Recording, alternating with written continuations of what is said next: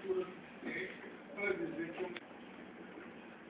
o índice, olha, turbulência, a baixa altura, que afeta as operações de força temporal. Tá?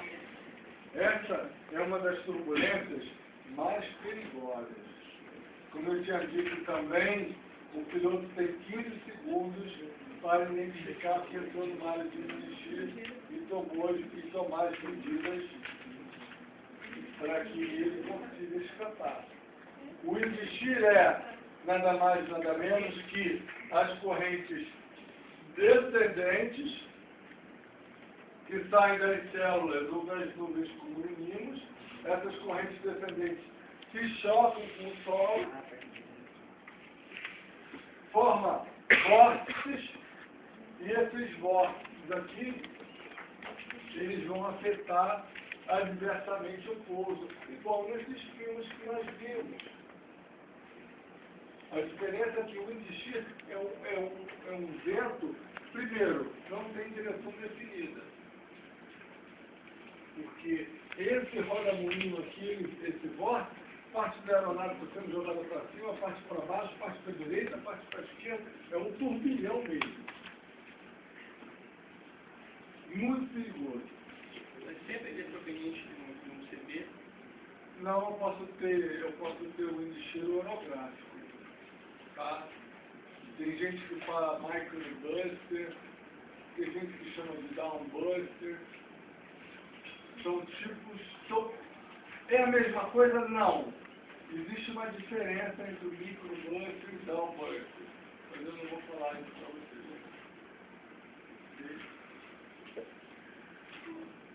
O vórtice oblíquo, quando ele é pequenininho de um lado, grande do outro.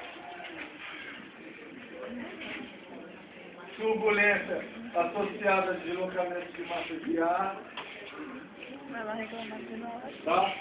A esteira de turbulência que eu mostrei a vocês. A esteira de turbulência ela ocorre devido à agitação causada no ar pelo deslocamento de aeronaves, principalmente de grande porte. Porque quando a aeronave é pequenininha e ela está se deslocando, ela bagunça pouco a atmosfera. Mas devido à força das turbinas, a agitação é muito grande. E aí fizeram ali uma demonstração que vocês vão ver, mais uma vez, da força que é a turbina. E em função disso, uma aeronave de pequeno porte, passando perto ou atrás de uma aeronave de grande porte, pode acontecer o que vai acontecer com esse carro aí, ó. Um acidente parecido com esse aconteceu lá no aeroporto de Santos Dumont há uns anos atrás, com um táxi, e muita gente lá no aeroporto de São Martin costuma brincar. Na grade. Vocês já viram? Já. O pessoal que fica na grade, quando o avião vai decolar, a força da turbina pega o cara lá da grade e joga lá dentro d'água. Já viu? Pois é.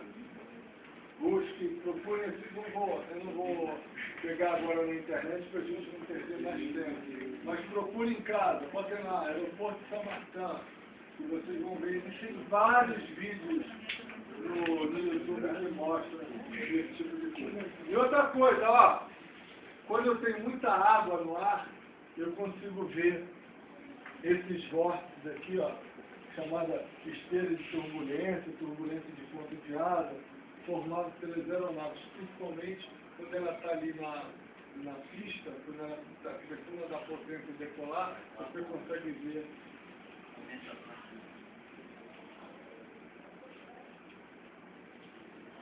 Então, pessoal, como eu tinha dito da outra vez, existe uma distância ou separação entre as aeronaves conforme a categoria da esteira.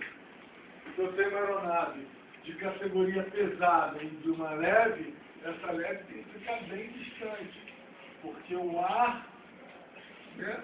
Fica tão agitada que pode fazer com essa aeronave igual que fez com aquele carrinho. Outro tipo de turbulência, chamada turbulência em ar claro. É aquela turbulência que ocorre sem nenhuma advertência visual. Quando cair esse tipo de questão na prova, falando de turbulência em ar claro, não vai vir escrito turbulência em ar claro, vai vir escrito CAT. E essa CAT ocorre devido a quê? Essa CAT ocorre devido à corrente de jato. O que é a corrente de jato? É um vento muito forte que sopra em altitude de oeste para leste. Esse vento forte em altitude, que se chama corrente de jato, determina a turbulência ar. Na verdade, a explicação não é essa, mas para vocês a gente vai ficar com isso. Porque a turbulência ar claro, ela se origina devido a um gradiente térmico à superfície. Aí, se tem um gradiente térmico à superfície, aplica a equação do vento térmico, e aí você tem a formação do jato e, consequentemente, da turbulência. Por isso que ela é mais intensa no inverno, porque no inverno você tem um gradiente térmico naquelas latitudes mais intensas. Eu ouvi falar que alguns pilotos utilizam Utiliza, mas tem uma técnica para entrar no jato. Vai sair, né? Hã? Para entrar e para sair, né? Lógico. Existe uma técnica de pilotagem. Porque imagine um vento. Ó, ontem ou anteontem eu mostrei para vocês uma corrente de jato que estava com uma velocidade de quê? 160 nós, ou seja, 320 km por hora. Imagine você com um vento de cauda a 320 km por hora. Você está numa velocidade de quanto, mais ou menos, um bonde desse, 737? 750 o quê? Quilômetros ou nós? Quilômetros. Com mais 300, são 1.000 km por hora, irmão. Você está ganhando 50% de potência do seu avião. Ou seja, existe uma técnica de entrada e uma técnica de saída.